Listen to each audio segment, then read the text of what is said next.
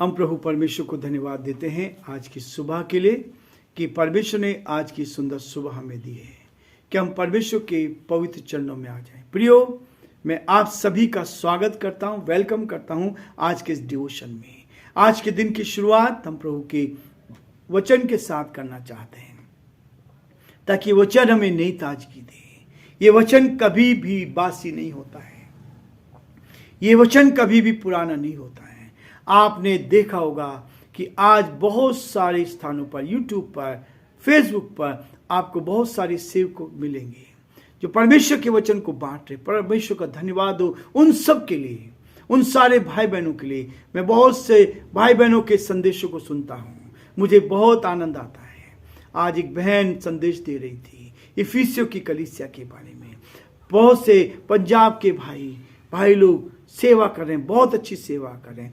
प्रभु के दास पास्टर विजेंद्र जो हैं बहुत अच्छी सेवा कर रहे हैं। परमेश्वर उनको बहुत आशीष दे और परमेश्वर का हाथ उनकी सेवकाई पर बना रहे। सबको अलग अलग वरदान है, लेकिन दुख की बात है कि जो लोग सेवा कर रहे हैं उनके विरोध में अपने ही लोग खड़े होकर विरोधी बनकर काम कर रहे हैं।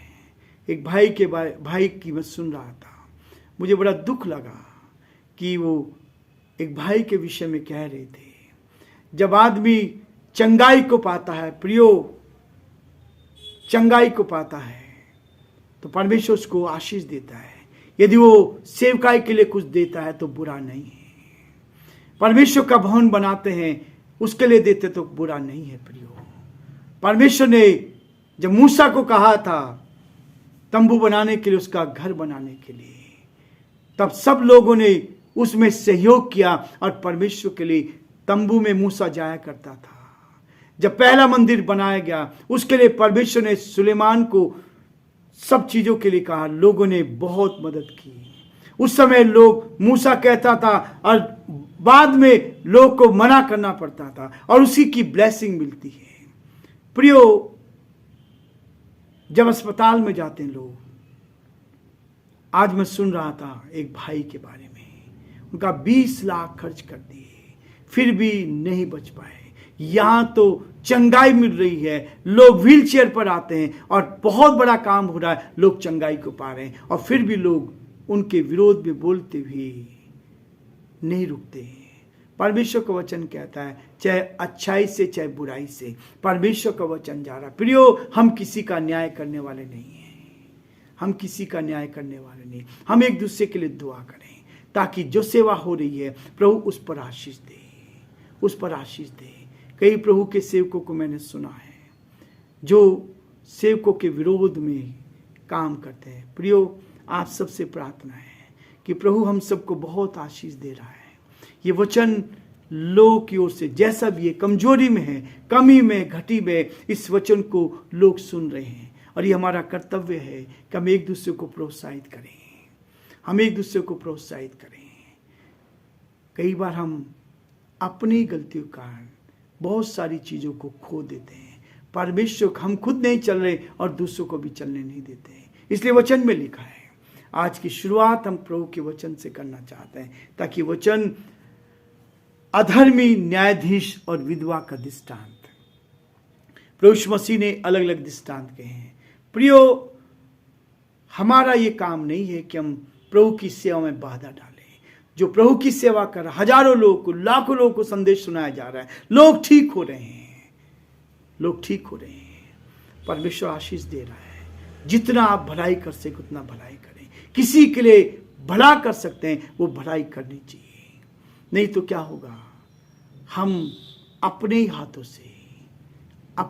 से सेवकाई के, प्रभु के विरोधी बन जाएंगे। ऐसा नहीं है। यहाँ लिखा है लूका उसका 18 अध्याय में, एक विधवा थी और एक न्यायाधीश था। एक विधवा थी जिसका कोई नहीं था, वो अपने न्याय के लिए उसके पास आती थी, लेकिन वो न्याय नहीं चुका रहा था। तो प्रभु यीशु मसीह ने दृष्टांत का, लूका उसका 18 अध्याय और उसके 1 पद से लेकर 8 पद तक यहाँ स्पष्ट लिखा है। फिर उसने इसके विषय में कि नित्य प्रार्थना करना, हियाव न छोड़ना चाहिए। उनसे दृष्टांत कहा, किसी नगर में एक न्याय रहता था जो ना परमेश्वर से डरता था ना किसी मनुष्य की परवाह करता था। उसी नगर में एक विधवा भी रहती थी जो उसके पास आकर कहा करती थी, मेरा न्याय चुकाकर मुझे मुद्दई से बचा। कुछ समय तक तो वह न माना, परंतु अंत में मन में विचार कर कहा, यद्यपि मैं ना परमेश्वर से डरता ना मनुष्यों की कुछ परवाह करता हूं, तो भी यह विधवा मुझे सताती रहती है, इसलिए मैं उसका न्याय चुकाऊंगा। कहीं ऐसा ना हो कि घड़ी घड़ी आकर अंत को मेरी नाक में दम करे। प्रभु ने कहा, सुनो, ये अधर्मी न्याय क्या कहता है। इसलिए क्या परमेश्वर अपने चुनों का न्याय न चुकाएगा जो रात दिन उसकी दुहाई देते रहते हैं? क्या वह उनके विषय में देर करेगा? मैं तुमसे कहता हूं, वह तुरंत उसका न्याय चुकाएगा। तो भी मनुष्य का पुत्र जब आएगा तो क्या वह पृथ्वी पर विश्वास पाएगा? परमेश्वर अपने इस वचन के पढ़े और सुने जाने पर आशीष दे। आमीन। दुआ करेंगे। जीवते और सच्चे विश्वास योग्य परमेश्वर, बड़े आदर के साथ, दीनता नम्रता के साथ प्रभु जी, आप जैसे महान परमेश्वर के चरणों में झुका प्रभु, आपको धन्यवाद, आपकी स्तुति देते हैं परमेश्वर कि आप महान प्रभु, दयालु पिता, विश्वास योग्य परमेश्वर हैं। हम पर दया करते हैं प्रभु, हमारे सारे भाई बहनों के लिए प्रभु जो आज हमारे साथ इस डिवोशन में जुड़े हैं प्रभु जी, हर एक के लिए प्रार्थना करते हैं, उत्तम से उत्तम आशीष दे, हर एक को अपने हाथों मिले, ताकि हर जन आप में सुरक्षित रहे, आपकी महिमा कान बन सके, और जो आपकी योजना है, जो आपकी इच्छा पूरी की जाए। हम बड़े आदर के साथ पिता परमेश्वर हमारे सारे भाई बहनों को आपके हाथों सौंपते हैं। परमेश्वर प्रार्थना करते हैं आपके सभी दासों के लिए, दासियों के लिए, बच्चों के लिए प्रभु जी, जो आपकी सेवकाई में है, अलग अलग रीति से आपकी सेवा कर रहे हैं पिता, हम बड़े आदर के साथ उन सभी को आपके हाथों में सौंपते हैं। प्रार्थना करते हैं आपकी दया दृष्टि उन पर बनी रहे, आत्मा से भर दे, सामर्थ से भर दे, आपकी सेवकाई में आगे बढ़ने दे, और प्रभु उनको और अधिक पवित्र आत्मा की सामर्थ से भर, उनकी सेवकाई पर आशीष दे, और अधिक आशीष दे, और अधिक आशीष दे परमेश्वर। लोग अधिक से अधिक चंगाई को पाते जाएं प्रभु, आपकी महिमा कान में और सामर्थ से भर दे और शक्ति से भर दे। आपके दासों के लिए हम प्रार्थना करते हैं प्रभु जी, पूरे पंजाब को आपके हाथों में सौंपते हैं, पूरे राजस्थान को आपके हाथों में सौंपते हैं, दिल्ली को आपके हाथों में सौंपते हैं प्रभु जी, पूरे हिंदुस्तान की पूरी सेवकाई को आपके हाथों में सौंपते हैं। अपनी महिमा को प्रकट होने दे ताकि आपका नाम ऊंचा किया जाए। हमारे प्रदेश के लिए, प्रदेश के मुख्यमंत्री अशोक गहलोत जी के लिए प्रार्थना करते हैं, बुद्धि और ज्ञान से परिपूर्ण करे। हमारे देश के लिए, देश के राष्ट्रपति के लिए, प्रधानमंत्री के लिए हम प्रार्थना करते हैं, आपका हाथ उनके साथ बना रहे प्रभु। हम बड़े आदर के साथ हम सभी को आपके हाथ में सौंपते हुए इस विनती को अपने प्रभु, अपने उद्धारकर्ता यीशु मसीह के नाम से मांगते हैं। आमीन।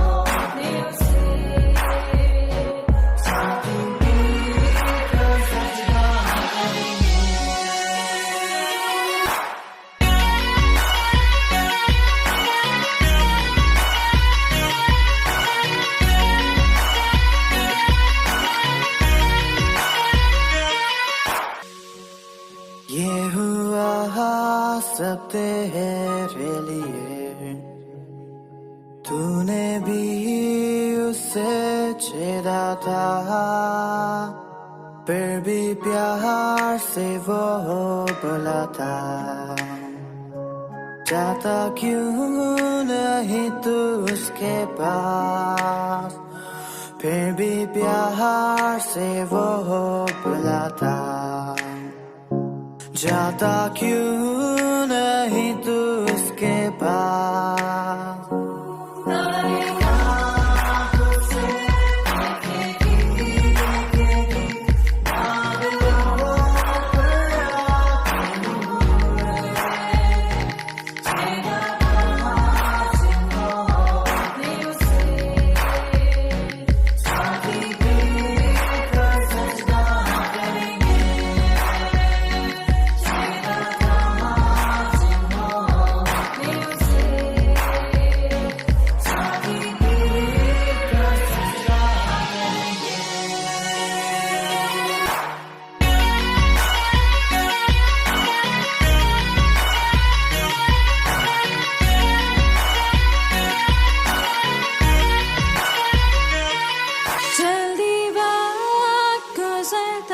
चाहता है रात अंधेरी आती है, तौबा कर दरवाजा होगा बंद, कुछ ना होगा फिर पछताने से, तौबा कर दरवाजा होगा बंद, कुछ ना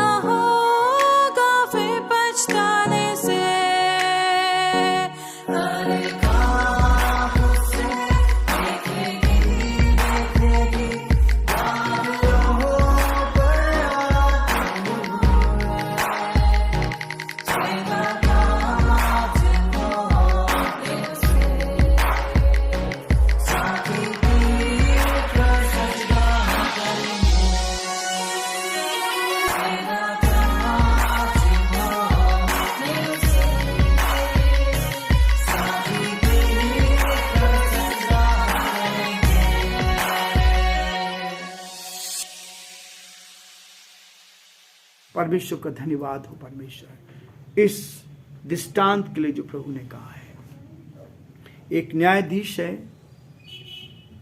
एक ऐसा व्यक्ति जो ना परमेश्वर से डरता है और ना किसी मनुष्य की परवाह करता है।